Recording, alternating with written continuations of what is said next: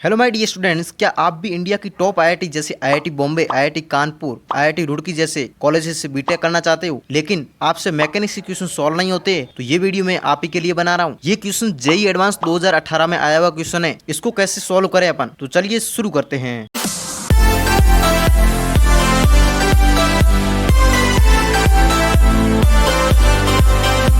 सबसे पहले क्वेश्चन को अपन रीड करेंगे। क्वेश्चन में दे रखा है two vectors A and B are defined as. A vector की वैल्यू अपन को ए आई कैप दे रखी है और बी वेक्टर की वैल्यू अपन को ये दे रखी है। फिर इसने बोला where A is constant, A की वैल्यू कांस्टेंट है एंड ओमेगा की वैल्यू π/6 रेडियन पर सेकंड। फिर इसने एक कंडीशन दी, if A vector plus B vector का मॉड किसके इक्वल हो जाए, √3 times of A vector minus B vector का मॉड इस समय पर। फिर इसने बोला at time T equal to tau for the first time the value of tau in second. मतलब जब ये कंडीशन इक्वल हो जाए ना, तब यहाँ पर टाइम टी की वैल्यू क्या होगी, जो कि यहाँ पर ये टाउ बोल रहा है उसको, तो टाइम ही होता है। तो सबसे पहले अपन क्या करेंगे, ये जो कंडीशन दे रखी है ना, ए वेक्टर प्लस बी वेक्टर का मॉडुलस इसके इक्वल है, तो यहाँ पर सबसे पहले ये वाला फाइंड करेंगे, A vector plus B vector का मोड, और बाद में यहाँ पर ये फाइंड करेंगे A vector minus B vector का मोड। उसके बाद यहाँ पर इसकी वैल्यू रखेंगे। तो मैं फाइंड कर रहा हूँ। तो देखो ए वेक्टर प्लस बी वेक्टर यहाँ पर मैंने कर दिया। इससे देखो ए वेक्टर की वैल्यू मैं यहाँ पर पुट कर दी, और यहाँ पर प्लस का बी वेक्टर था तो बी वेक्टर रख दिया। इस तरह से मैंने एडिशन कर दिया। देखो आई कैप से एडिशन हो गया, इसका ऐड कर दिया। यहाँ पर जे कैप एज इट इज रह गया यहाँ पर। अब यहाँ पर ए वेक्टर प्लस बी वेक्टर मेरे पास ये आ गया। अब मेरे को मॉडुलस फाइंड करना है इसका, तो वो क्या होता है अपन को पता है। यहाँ पर कैसे फाइंड करते हैं, एक कांस्टेंट तो मैंने बाहर रख दिया, रूट ऑफ इसका स्क्वायर प्लस इसका स्क्वायर कर दिया मैंने। तो इस तरह से मैंने इसको कैलकुलेट किया। अब आगे यहाँ पर आ गया कि यहाँ पर twice of 1 plus cos omega T. अब इसको यहाँ पर रूट से कैसे बाहर निकाले, अपन को एक प्रॉपर्टी पता है। अपन को पता है 1 प्लस कोस 2 थीटा किसके इक्वल होता है, 2 कोस स्क्वायर थीटा।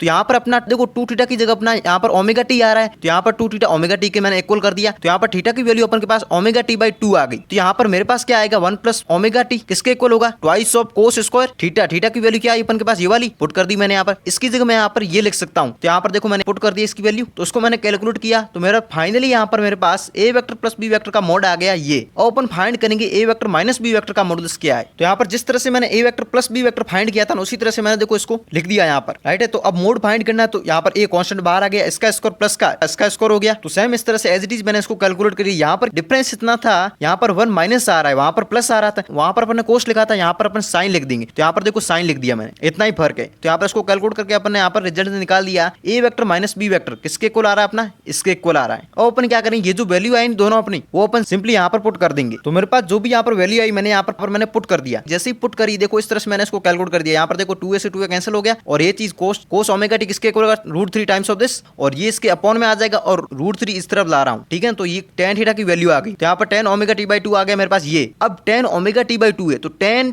अंदर जो भी है वो थीटा ही तो है, एंगल ही तो है। तो tan थीटा 1/√3 कब होता है, जब यहाँ पर थीटा की वैल्यू क्या होती है, 30 डिग्री होती है, राइट है। तो यहाँ पर 30 डिग्री मतलब 30 डिग्री रेडियन में कितना होता है, π/6 होता है। तो इसकी जगह ओमेगा टी बाई 2 मेरा π/6 के इक्वल होगा, तभी ये कंडीशन सेटिस्फाई होगी। तो यहाँ पर सिंपली मैंने देखो ओमेगा टी बाई 2 π/6 के इक्वल कर दिया। और अपन को यहाँ पर क्वेश्चन में ओमेगा की वैल्यू क्वेश्चन में देखो गिवन है π/6, तो यहाँ पर ओमेगा की वैल्यू पुट कर देता हूँ। जैसे ही मैंने ओमेगा की वैल्यू पुट करी, इसको कैलकुलेट किया, तो अपन के पास टाइम टी की वैल्यू आ गई 2 सेकंड, जो कि फाइनली अपना करेक्ट आंसर है। तो आई थिंक आपको ये प्रॉब्लम जरूर समझ में आई होगी। यदि मेरा एक्सप्लेनेशन अच्छा लगा तो प्लीज वीडियो को लाइक, शेयर एंड चैनल को सब्सक्राइब जरूर करें।